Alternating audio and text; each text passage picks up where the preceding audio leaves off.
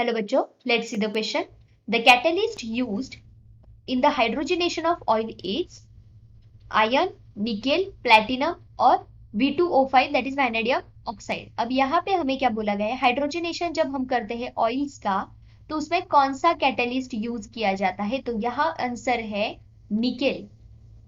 Nickel जो है that is specially used for the hydrogenation of oils. Hydrogenation of oils. इसका मतलब ये नहीं है कि Fe एंड प्लेटिनम नहीं यूज होता है. Fe एंड प्लेटिनम्स ऑयल्स के लिए नहीं यूज करते हैं, जनरल हाइड्रोक्सिलेशन करने के लिए होता है. Hydrogenation, not hydroxylation, hydrogenation.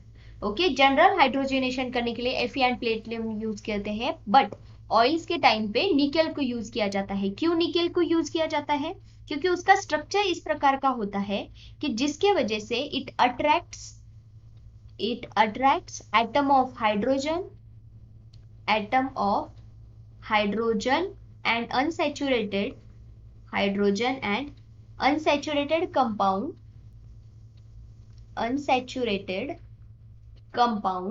to its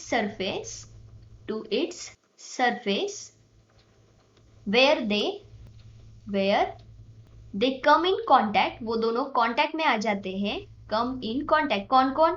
hydrogen and जो अनसैचुरेटेड कंपाउंड होते हैं, जो ऑयल्स होते हैं, वो come in contact with each other and react to form saturated compound. और इसी वजह से निकेल को यूज किया जाता है. तो answer B will be the final answer of this question. I hope you understood. Thank you so much. All the best.